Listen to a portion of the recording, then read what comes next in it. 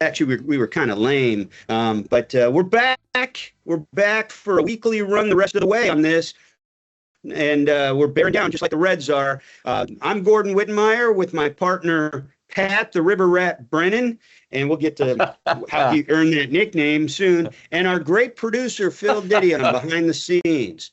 Pat, River Rat Man, you want to tell people why I call you that?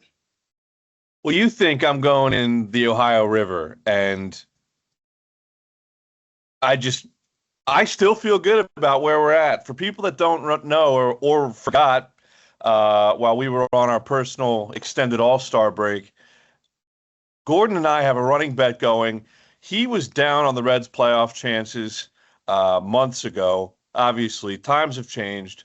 Times haven't changed that much. Did you see a Monday night against the freaking Nationals? I did. But the long and the short of it is, our bet is that if the Nats make the playoffs, Gordon is proven wrong. He has to jump in the Ohio River as penance if the Reds miss the playoffs. I will be punished for my miscalculation, and I will go in the Ohio River, which is not a place you want to go. Gordon thinks and has thought all along Unless that you're a river rat. Destined. Hence, I'm a river rat. Yes. Congratulations. Yes. And I will enjoy that and I get still feel videotape good of that. And we'll invite all the major national media to record the event. It's going to be outstanding. I think your jump in the river could actually draw a crowd. I think there are some people that would want to see that. Maybe only if I take my shirt off. Oh, God. No one wants that. You should never do that. Maybe we should change the subject. Hey, you know what?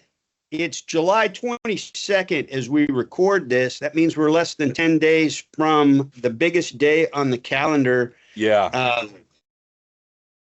For determining the direction of the season for this club. And I'm not talking about Hunter Green's return. That's a whole different discussion. I'm talking about, obviously, the trade deadline. This ball club needs help, Pat. Yeah, they do. How much confidence do you have that they're going to go get the help they need? I don't know.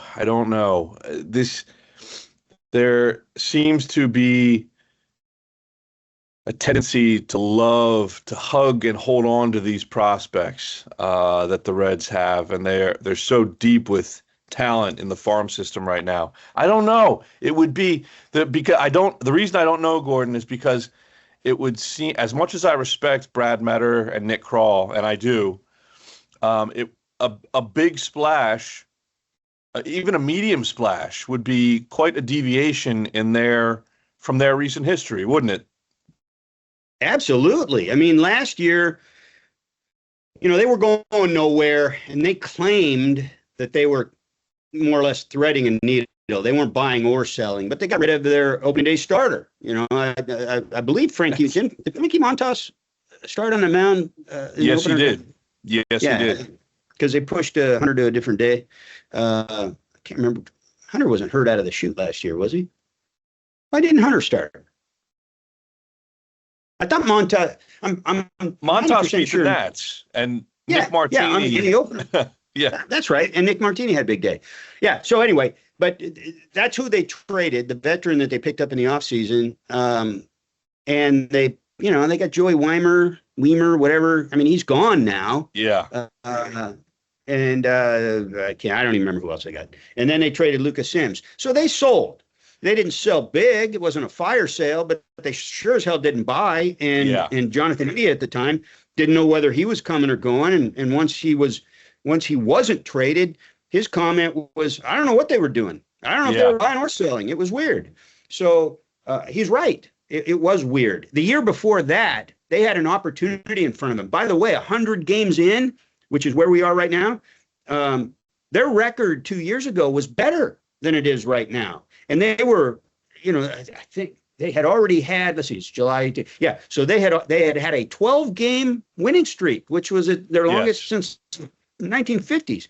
And so they had reason to believe that with some of this infusion of youth that they brought up, including Andrew Abbott and Ellie De La Cruz and Matt McClain and so on and so forth, that they had a chance. They finished 2 games out, dude. They didn't add the starting pitching. All they needed was a mediocre starting pitcher, a guy that could have given them 5 competitive starts. They win 2 games that they didn't otherwise win, and they're in the postseason that year. Yeah. By the way, the team they would have knocked out got to the World Series. This is how important this shit is. I know. And look, I think what happened in 2023 was a mark against this Reds regime. And, no question. Look, Gordon, you've heard me say it a dozen times. Maybe people that are new to the pod here haven't, but I'm a big believer in just getting in. I think the third wild card spot was made, generally speaking, and it ebbs and flows, but generally speaking, was made for teams like the Reds, and it incentivizes them to go out. 2 of the first 3 years of the expanded playoff, the third wild card in the NL has taken the pennant.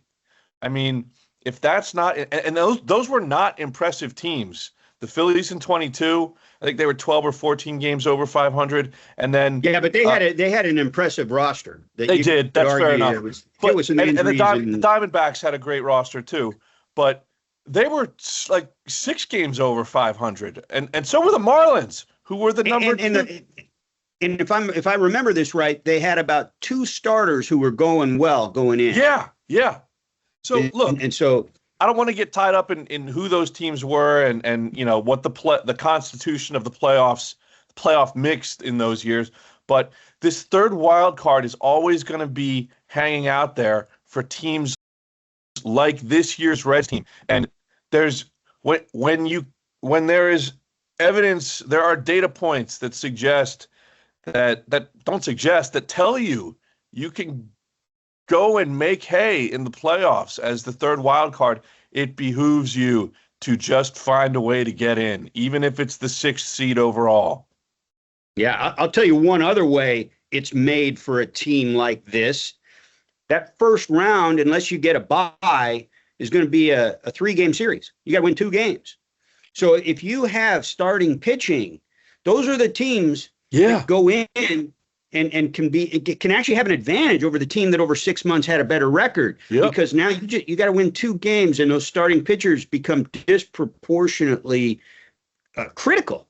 Yeah. And not only did a couple of Reds talk about that the other day after the Mets series, but the Mets manager said that he thinks that the Reds are the kind of team that can win in the postseason, can win playoff series because of their starting pitching. And he would know. He would know. So if we think that, if we're gonna take that as a fact base going into a discussion about the trade deadline, we know they're flawed in other areas. What's going to put them over the top, Pat? What do they absolutely need to go get? Go ahead. You're set with starting pitching, obviously. Where this team needs to look is in the corner outfield spots and the bullpen. I'm suggesting the names I'm going to mention here would suggest bold movement. But you know what? You can get some of your offseason work done too if you're picking up guys who are controllable, who aren't rent-a players, and that's the direction I think the Reds, they need a bat.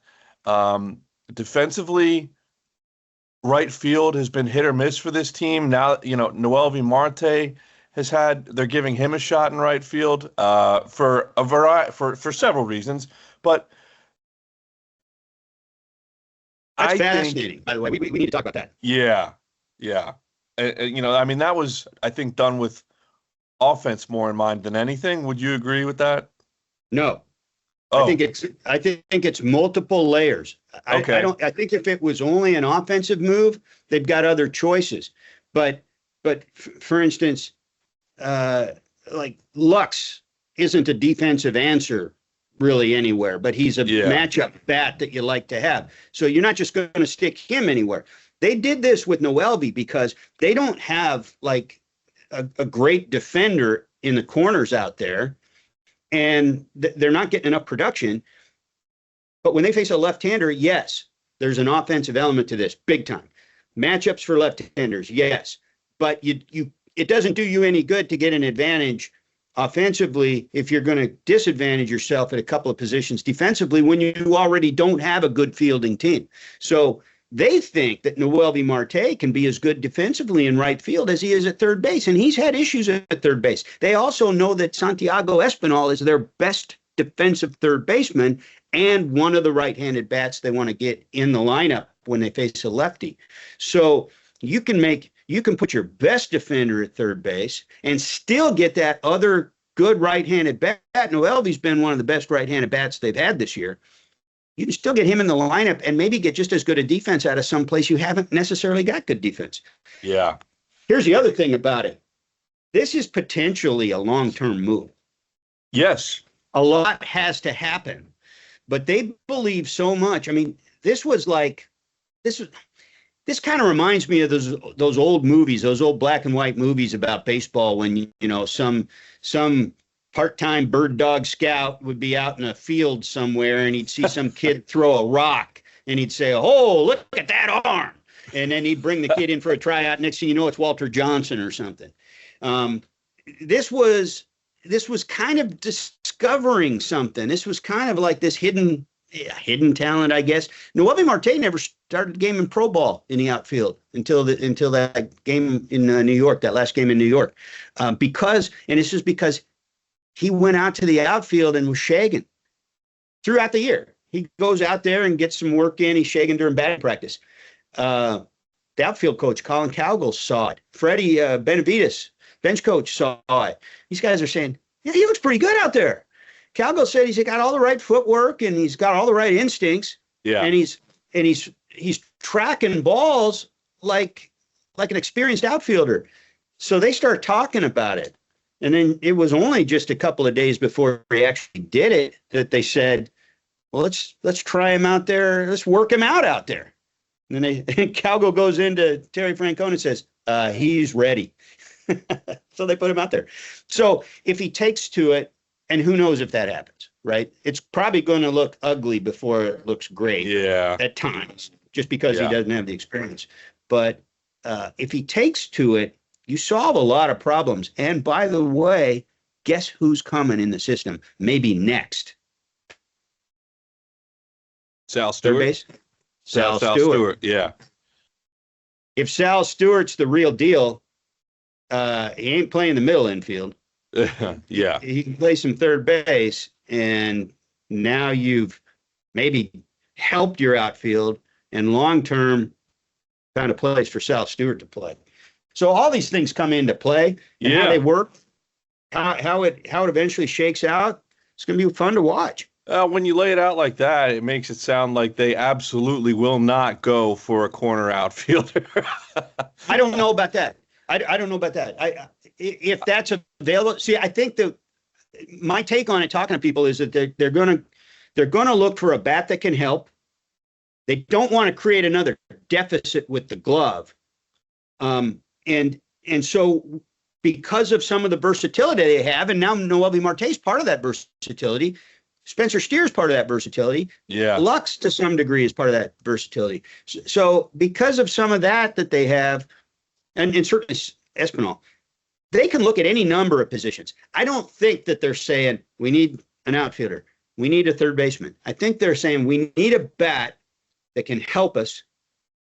Who's available that we think we're willing to give up the right players for, and where does that guy play? Yeah. Well, can we make that work? Let me just give you a name here real quick, because everyone is talking about Stephen Kwan, Jaron Duran. I like Taylor Ward from the Los Angeles Angels. That's a name. That's kind of the, I mean, for me, that's like a second tier compared to like a Kwan. and I think that would be attainable. I think that would fit. I'm going to look up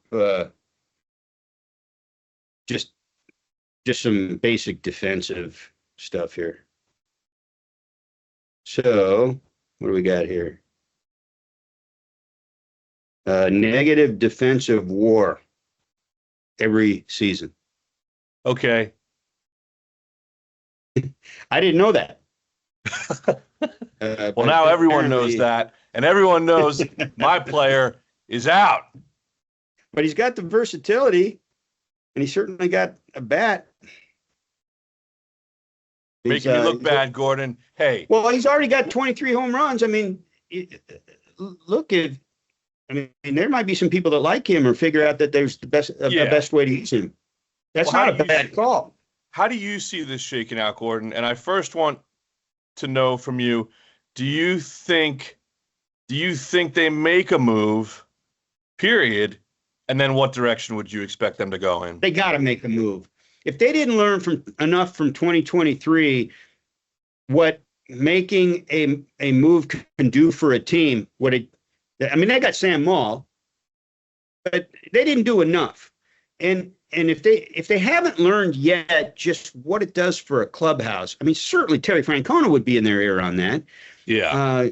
You have to do something for those guys in the clubhouse that have busted their asses and honestly have bought in to everything Terry Francona and his staff has brought to the table with these guys. They bought into everything. They're actually better at some of the garbage that showed up on the field last year in terms of making outs on the bases and mistakes in the field. They're still not a great fielding team. You can argue they're not a good fielding team, but they're not making the same mental mistakes that they did. Yeah. And when they do make a mistake, you generally don't see it repeated, and you still got the same high level of effort. So that team has put itself in position. They've maximized most of their abilities. So now it's up to the front office. This one time a year when the front office can make a statement and do something and have an impact on the field the same way the players do. Players notice. I'm here to tell you, after as many years as I've done this and as many clubhouses as I've been in, players notice at the deadline what your front office did. Yeah. And it does matter. It can look at the Brewers traded off guys. They traded Hader a couple of years ago. Yeah. When they were in it, and it demoralized those guys. Those guys were pissed. I talked to some of those guys a year after. And then that's when they were willing to be more candid about it. Yeah. So it matters. They better do it. So that said, I think they will. And to your point about adding the bat, you focused on bats. I don't give a rat's ass about the bats, honestly. I don't know that they can go deep enough in that pool. If they add around the edges and get somebody with a decent glove who can match up somewhere, I think that helps. But they gotta add bullpen help.